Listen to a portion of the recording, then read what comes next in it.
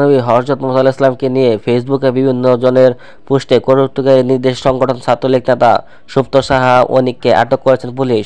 বুধবার নেত্রকোনা শহরে পারলা বাসস্ট্যান্ড এলাকা থেকে তাকে আটক করে গোয়েন্দা পুলিশ। আটক সুপ্ত সাহা অনেক রাজশাহী বিশ্ববিদ্যালয়ের ফজলুল হক সহল শাখা ছাত্রলীগ 2023 সালের সহসভাপতি ছিলেন। তার বাড়ি নেত্রকোনা কমলাকান্ত উপজেলার মতলব থানায়। তার বাবার নাম সুনীল সাহা। জানা গেছে, সুপ্ত সাহা অনেক বিভিন্ন সময় ফেসবুক পোস্টের কমেন্টে কটূক্তি করে মহানবী সাল্লাল্লাহু আলাইহি ওয়াসাল্লামকে অবমাননা করে।